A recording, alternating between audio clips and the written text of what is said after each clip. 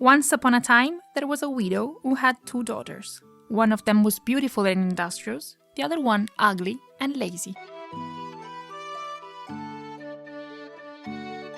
Just then, the old king chanced to look out of his window and saw her standing in the cart. He remarked how delicate and beautiful she was.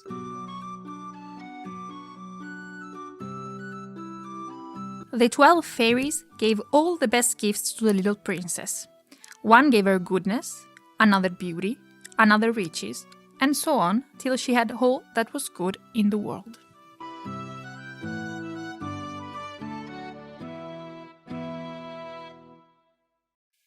Hello and welcome. This is the second episode of our show, Bring It Up. I'm Chiara. I'm Sarah, and welcome back! And with us today, there's Carolina. Hello, Carolina. Would you like to introduce yourself? Hello, Chiara. Hello, Sarah. I'm Carolina, and I'm from Colombia, and I'm 25 years old. And what you're doing here, Carolina, in Thessaloniki? I am doing a volunteering, trying to do it because COVID is not helping. But yes, I'm doing a volunteering in an environmental ONG. Okay, perfect. So now that we introduced our guest, I think we can go on explaining what this episode is about, which is beauty. So, Chiara, what do you want to tell us about this beautiful topic? Well, Sarah, if I think about my personal background, I grew up reading stories about beautiful princesses, charming princess, fairies ready to help the beautiful girl. And this is something that later on was reflected on the personal way I was seeing other people. I was acting towards those people. And also when looking at myself in front of a mirror, I was always trying to find those particular things, those particular marks of beauty that can be, I don't know, blonde, long hair with locks, blue eyes, to be tall and thin, to always wear sparkling dresses.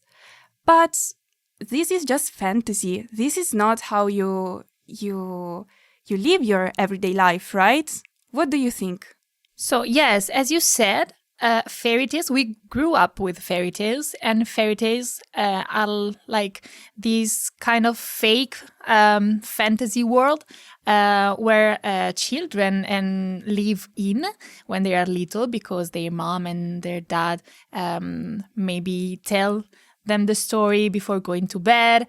And you, as a girl, I was always dreaming about being one of these beautiful princesses in the stories and being saved by the Prince Charming that was going to ask for my hand in marriage and stuff like that, and maybe live happily ever after someday.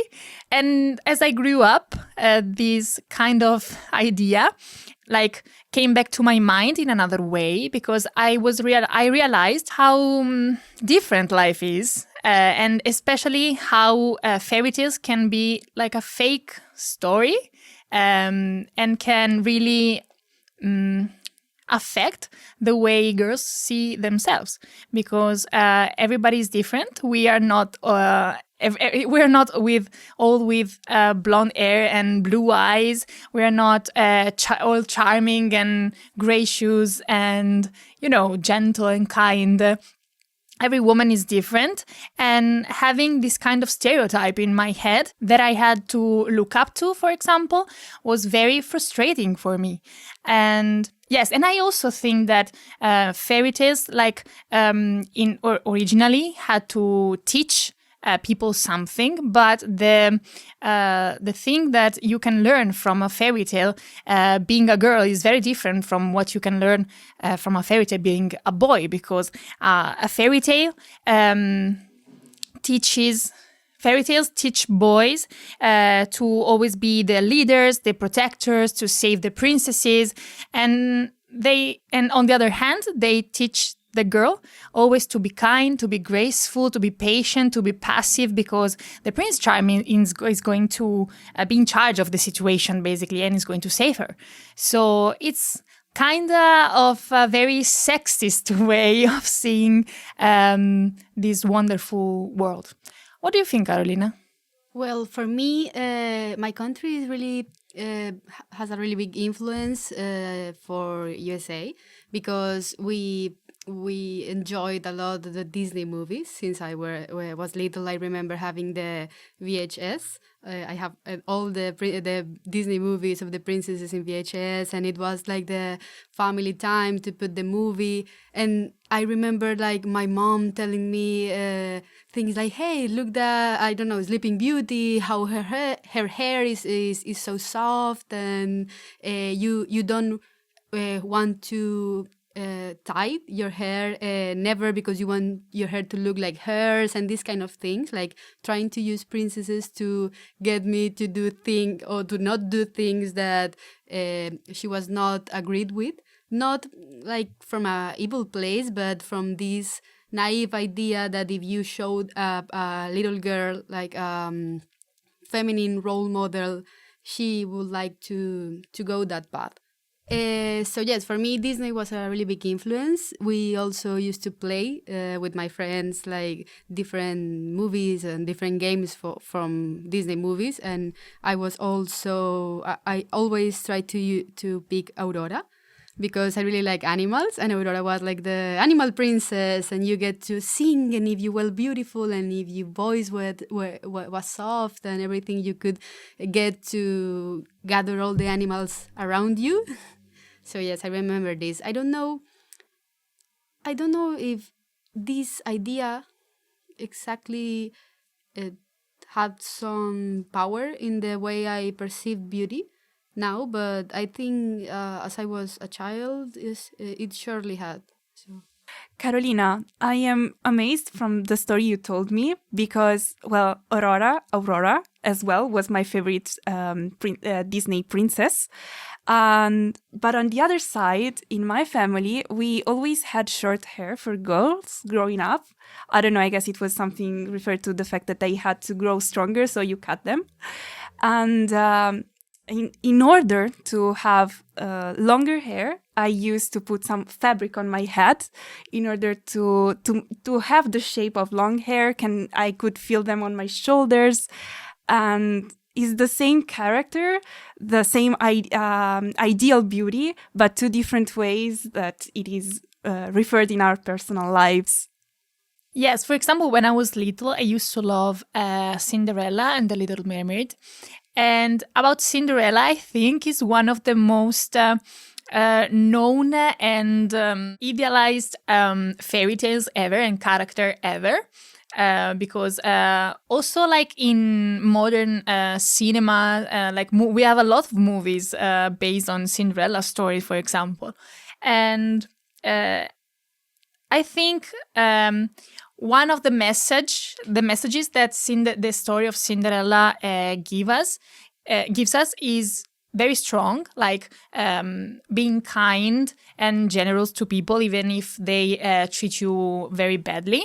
But on the other hand, I mean, Cinderella was like discovered by her princess, not because she was kind or generous or even with the people that treated her bad, but just because she was beautiful.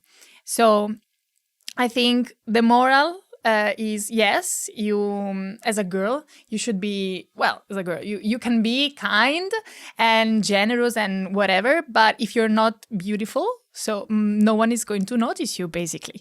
So at the end, like thinking about it is something very weird now to reflect on, now that I'm grown up, of course. Just now, I had this flash in my brain, and I was thinking that beauty is something that girls should pursue. But what if is old or adult women pursuing it? Just think about Snow White and the queen that's considered the evil character of the story. She is an adult and she wants to be the most beautiful one in the whole county, in the whole reign. But she represents the evil side. So when you're a girl, you grow up with this idea, but then all of a sudden in nowadays society, you're said, okay, you have to be beautiful. You have to pursue this. But at one point, there's this thing that it's not something that belongs to you from a certain age on. And this can be one thought. But on the other hand, what about all the beauty products that we have that on the other side, they just like, they push you to buy them because you have lines on your face, which is the first sign of you growing up. And you should hide them, you should conceal them. So it's a very complicated question. Yes, and related to this, for example, if you think about it, the old queen, let's say, was very jealous of Snow White because she was young and beautiful. So nowadays we have like this idea that old women should be jealous of younger women because if you're old, you're not beautiful anymore. So your worth is also based not only on beauty but also on your age. So if you're young, yes, you are beautiful, and if you're old, the queen from Snow White was, I don't know, 40 years old or something, was not that old. But yes, and related to nowadays, for example, how many beauty products we have to make you look younger, so you don't have marks on your face and you have like light skin or whatever, because nowadays getting older is like a burden for women. But also, I think this idea is changing across the time, because I remember when I was little, the first time I got a silver hair was like a moment of panic for me, because I was getting older and I was 15 years old or something. And I remember watching my mom tidying her hair to cover the silver hairs. But now it's even a trending topic to dye your hair silver. And I think this is now a way that we are changing the paradigm, because we are starting to use or to choose ways to look at ourselves that were considered old, like in our dress, the way that we are again using clothes from other times. I think this is changing now. Yes, I think fortunately nowadays we have like this much more conscious way of thinking about ourselves, like accepting the way we are and the way we get old. So yes, for example, the gray hair now is a trending, and also, for example, not wearing much makeup to cover all the marks of your face and stuff. But I think that in most countries, it's still like a stigma or something. I mean, it's not something that is accepted, well accepted from people. Since you introduced the idea of broadening our horizons, after we decided to speak about this topic, I was thinking about a story I read from Russian literature. As I said, maybe it's from the very beginning, it's pretty clear that for me, the ideal beauty standard is like a blonde girl with fair skin, with blue eyes. I was super amazed that in a short story from Ivan Bunin that is called Soft Breath, there's the description, and this is a story from late 19th century, early 20th century. There's the description of the standard beauty the author describes, and it's a girl with brown hair. And I was so surprised. I was like, how can it be that he considers this the standard beauty? Because for us living in Italy, it's pretty normal to have this color of hair. To put it in a joke, it's like it's not it's not that you're not beautiful. It's the place where you grow up that is not the right place for you to be beautiful, or something like that. Yes, of course. I think beauty standards really change from country to country, let's say, or at least from some part of the world to others. And what we consider beautiful, for example, being blonde with blue eyes, tall, skinny or whatever, cannot be considered beautiful in other parts of the world. For example, I studied Arabic in university, and in Arabic culture, a skinny woman is not considered beautiful because you can think that she's not from a wealthy family because she's not eating enough. So if you're not curvy, let's say, you're not beautiful. So for example, this is one of the different beauty standards that exist in the whole world. Yes, I can relate to this because when I arrived first in Europe, I have been living here for 2 years, and for the standards of my country, of Latin America people, I am a curvy girl, but that is good, that is sexy. You can consider the big boobs and the big ass like part of our culture, and that would mean that this girl can dance pretty well, can make love pretty well. She has like a really feminine movements. But when I arrived in Europe, this is not the type of body European women had. So for me, it was like difficult not seeing men looking at me with desire like I was used to. And I start feeling like maybe I was too fat, or maybe I had to do more exercise or something because I needed to have like the European body. But I think this is what Chiara said. It depends on the country, on the place you are, and depends of, again, what men want. Because in Latin America, this is good, this is desirable, because men wanted to. They want this kind of bodies, and here is not, because they want another kind of bodies. So this is the thing that is really stressful for me.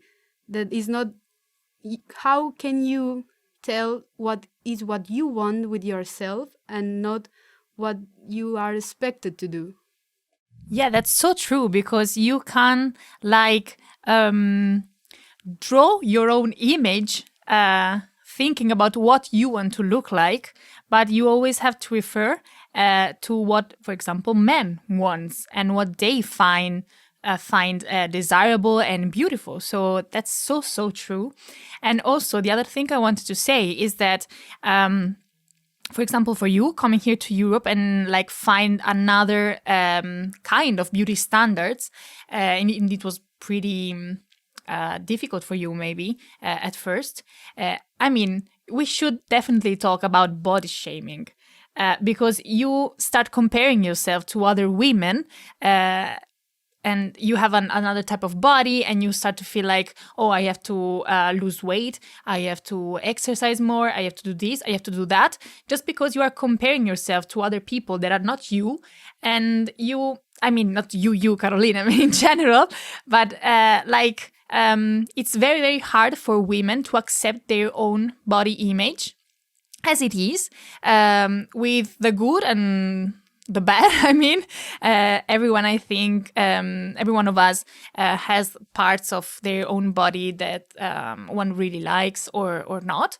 But it should not be something, we should not choose what parts of our body we like or we don't like just based on the comparison we do of our body with other bodies. You know what? You can decide to be truly committed to become beautiful according to the standards of the society you live in. But if this makes you happy, otherwise it would be so nice to feel like, okay, maybe I do not fulfill all the requirements to be considered beauty from the men's eyes. But at the same time, I can count on my brain. I am smart. I am committed to my job, or whatever makes you happy. But I consider all those things, all those other features of us women as human beings, one step below the category of beauty. it's like beauty is always there, especially physical beauty. Yes, I mean, as you said, one can commit herself to be beautiful and fulfill the standards, but I mean, they are not standards that you decide. They are standards that other people decide for you. So, yes, being beautiful, I mean, not being beautiful, but like really taking care of yourself and dedicating yourself to buy nice clothes and wear makeup and do your hair really well. It can be fun and also like something good for yourself because it makes you feel good. But always you have to think, I'm like doing this really for myself, or I'm doing this because I want to reach these kind of idealized standard that someone else chose for me. And why should like waste so much time and so much money also in order to fulfill this idea that someone else has in mind of me that is not me? I don't know. I mean, I found taking care of myself and do my skincare and whatever very very nice. But it's something, I mean, I do it with another purpose, let's say, not with the purpose of being beautiful or whatever. Because I struggled very much during my high school, for example, because I didn't accept my body image. So I was always like wearing a lot of makeup and trying to do my hair really well and try to fit in this image that I had in mind that I had to be. And then I realized, yes, okay, I can be this person, but as I can do it, all the other girls will do it, and we're going to look exactly the same. And this is like, it's so alienating. I mean, you lose your personality, you lose your true self, you lose who you are because you're like too busy conforming to the standards that everybody share. And yeah. About this, I remember at university we had like a really really good cool teacher, and he showed us a project called the Atlas of Beauty. It's a photographer that start traveling around the world, taking pictures, portraits of different women in different cultures, and trying to show how was perceived the beauty in each one of these cultures. And after seeing his work, he asked us to do the same, to try to make portraits from each other, showing what we thought it was more beautiful in our colleagues, like in our colleagues, males and females. And after we did this activity, all of us were really surprised, because some aspects that you don't usually think people might perceive as beautiful actually were perceiving that way. For me, were the freckles. I have always hated my freckles. I used to wear a lot of makeup to trying to cover them, because when I was a child, the other child told me that I look dirty because of them. So in this activity, almost all the people told me that they really loved my freckles, and these kind of things can be good. Like the perception of other people's other persons can also be helpful. It's not always bad. Yes, it's true. But if, for example, they are the ones appreciating something that you already have. I mean, they are underlying and appreciating something, one of your features, one feature that you already have. I mean, for example, your freckles, or for example, my curly hair, or whatever it can be. But it's something that I have. It's not something that I should struggle to have because I don't have it now. But if I work out, if I'm on a diet, if I wear makeup, if I do my hair, dyed my hair and whatever, I can reach this beautiful standard that they have in mind and they appreciate. You know what I mean? Yes, I get that. And I think that's also what is changing now. The models, the beauty industry is, because the people is asking for that. So now step by step we are including different kinds of I don't know, indigenous women or women with like some different kind of color skins.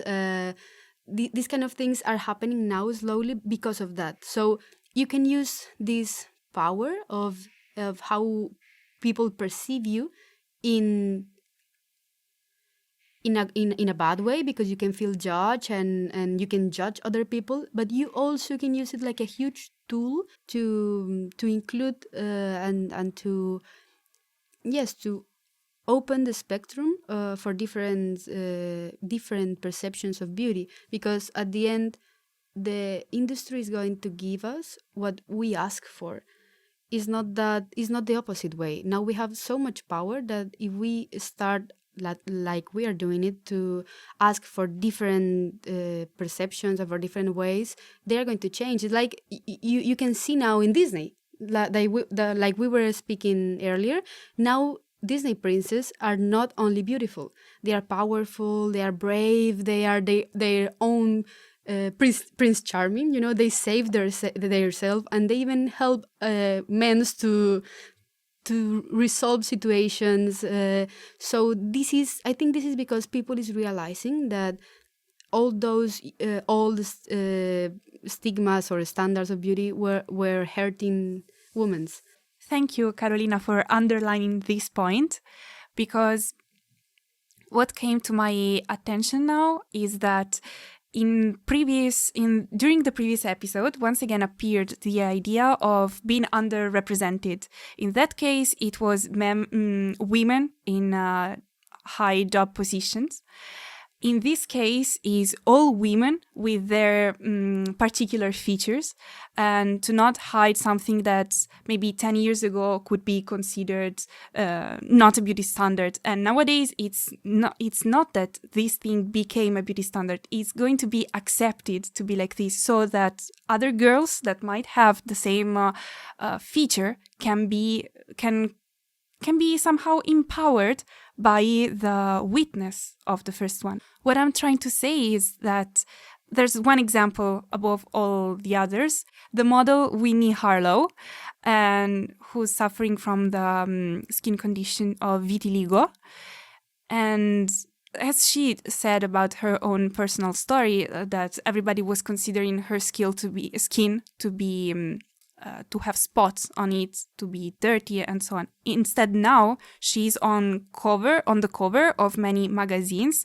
She's doing catwalks, and how many other girls can look at her and see, I might be there if I want to. I don't have to hide myself because of my skin condition. I can go there, and it's perfectly normal. There's no but in this situation. It's not like I am beautiful because of this, and this, but no, it's all embedded, it's all embraced in one person, can be so representative for the others. Yes, as Carolina was mentioning before, Disney is changing the way it represents women in general and princesses in general. But if you think about it, they are still super beautiful.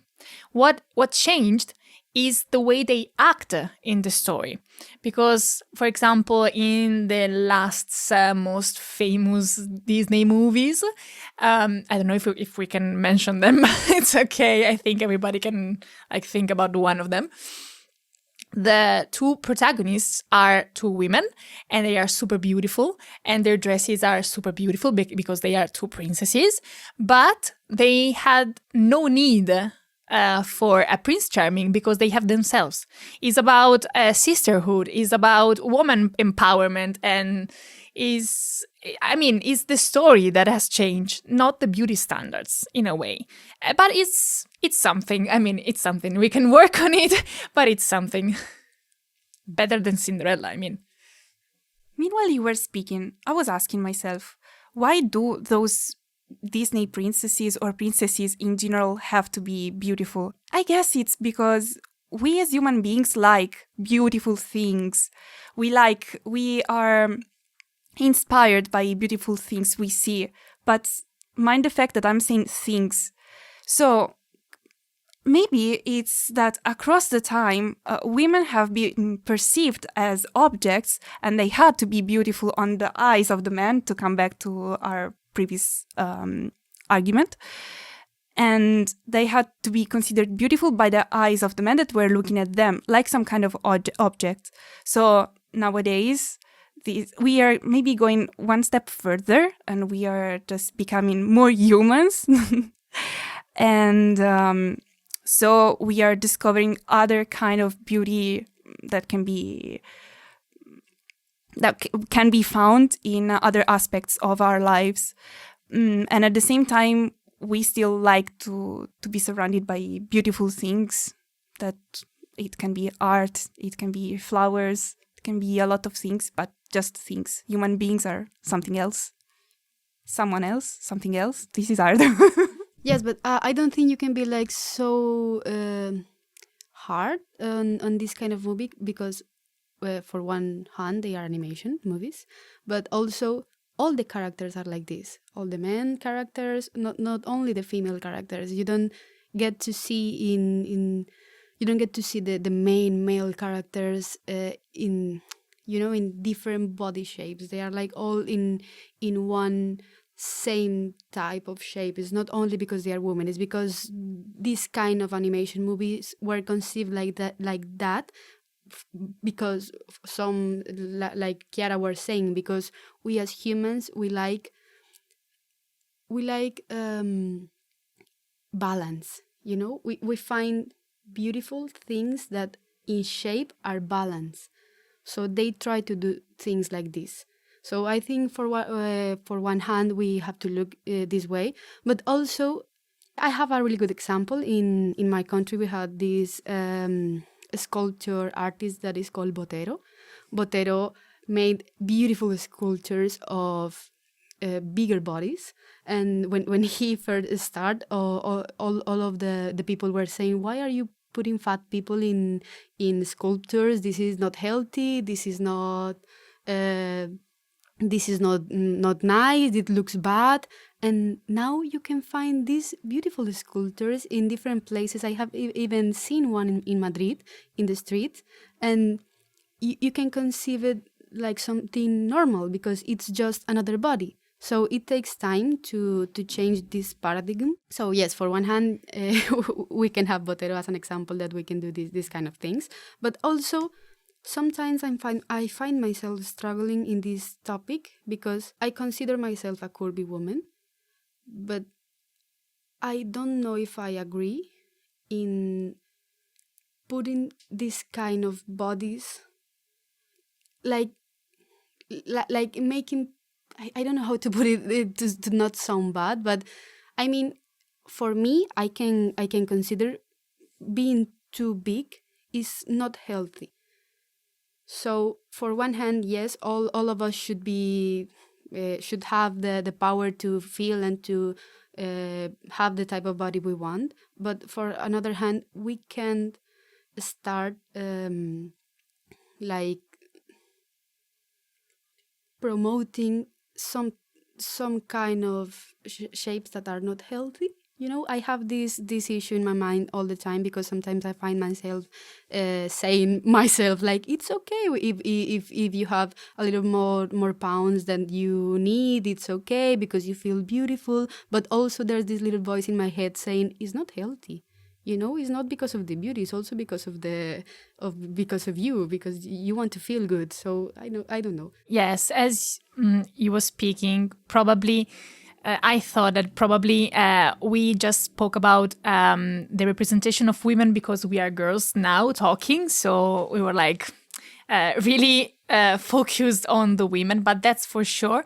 Also, men are like represented in these ideal beauty standard that is not true, absolutely not true. Exactly, it works exactly the same for women and for men. So thank you for underlining and highlighted it.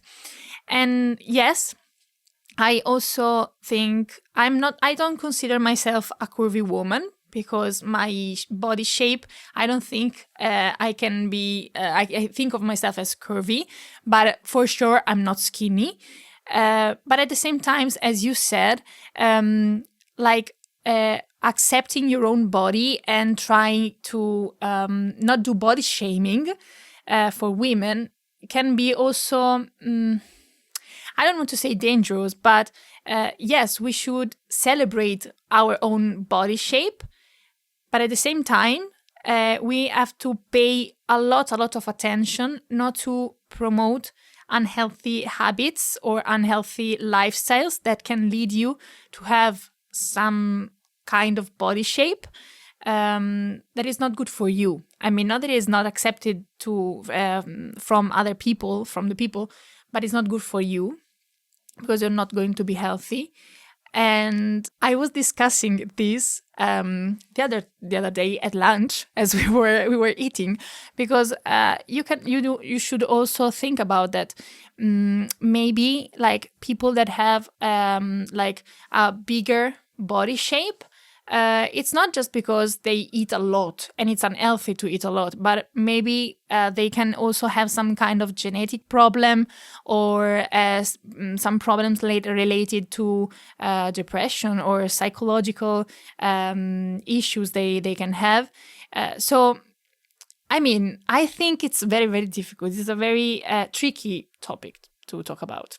The men's side of the question is very up to date, because when you look at South Korean society, advertisement about beauty products are referred both to women and to men, because it's part of their culture, as far as I understood, to be good looking and to take care of their skin, both for men and for women. It seems to me that because of my Western European mindset and point of view, it seems to me that they are spending too much time taking care of their own appearance.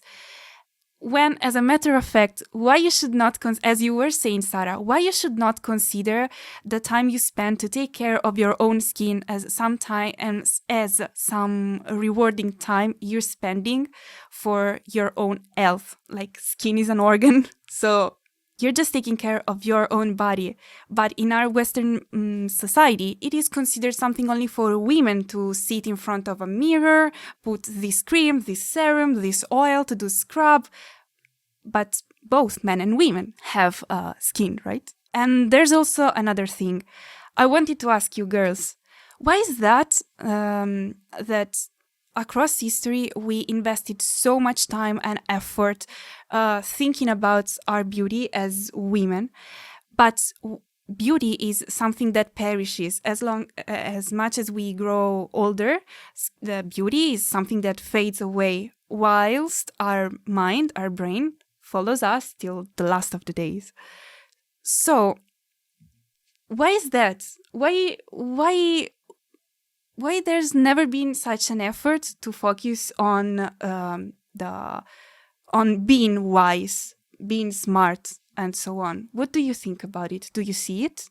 Before answering, I just want to make another question to you. You said that beauty perishes, and as we grow old, also beauty fades away. But why beauty should fade away as we grow old?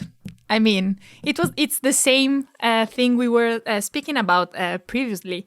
I mean, why we should consider something beautiful only if it's young, and not like seeing not trying to see the beauty in each phase of our lives. I mean, especially for women. And as you were saying before, for example, yes, women like spend so much time taking care of themselves, for example, with the skin.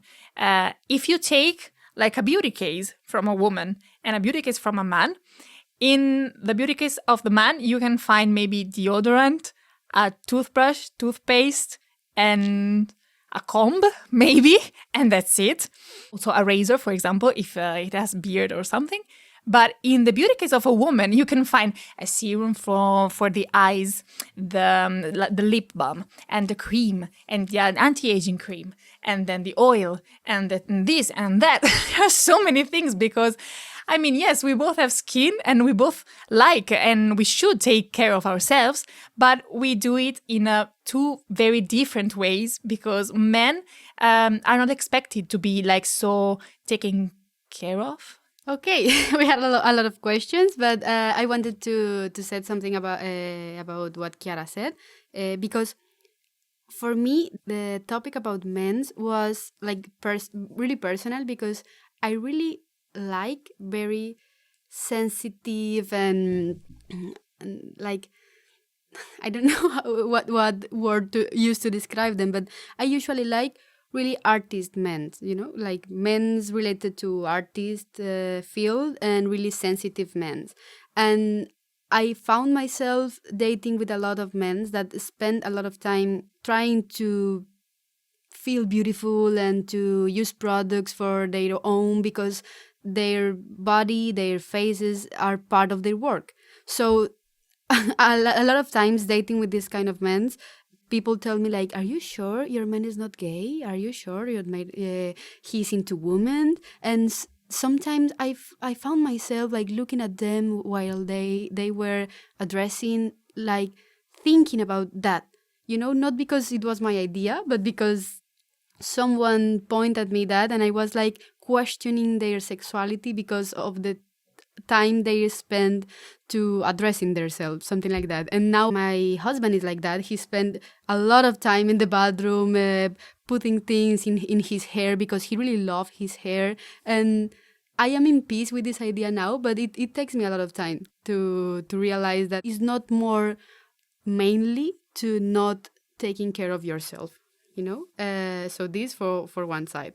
And for the other side, I think it's really clear for me that the history had made more attention in women's having beauty attributes than intelligence or brainly capacities, because they didn't want us to take part on this kind of or politics or educational programs. They want us to be quiet and reserved and taking care of the children. So you don't need it to be smart for doing that. So now that we are having more and more opportunities and more capacities of participate in different fields, we are taking this in consider. But at the beginning, it wasn't important because it wasn't part of what our role is supposed to do. Yes, I completely agree with you, Carolina. That's for sure. Well, I think we could like talk all day long about this topic. So as we are like concluding the episode, I'm going to ask you just one more thing. What makes you feel beautiful? For me is having a connection with my body, like dance, like do any activity where I can feel connected to my body and feel that it responds of what I want to do. This makes me feel beautiful.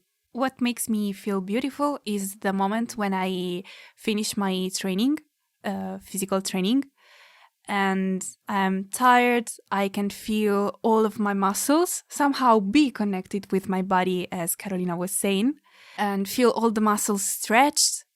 But if you think about it, why do I associate such a good feeling after training? It can be that I feel like this just because in our society is seen as something good to train yourself, to do physical activities. In the end, somehow, it can be also referred to the release of endorphins, of course. But who knows? And what about you, Sarah? What makes you feel beautiful? For me, now that I'm grown up, I feel like I'm more self-conscious and I'm more aware of my body and what my body looks like and what I want me to be like. And it's the fact that now I realized finally that I don't have to conform to the standards I have in mind when I was younger. And I'm at peace with that. I'm good with that. I love my body the way it is. And I mean, for sure, I'll keep on in my mind sometimes think about other women and comparing myself to them. But at the same time, I think I have this process in my mind that can like give me the opportunity to like see another woman body, appreciating it, thinking, oh, I really would love to be like her, but at the same time thinking, but why should I do it? So this self-awareness that I only gain now that I'm more grown up. And this is all for today. We would like to thank Carolina for being with us today. Thank you, both of you, for inviting me here. It was so nice to have you here chatting with us. Thank you. And to our listeners, see you next week. Bye.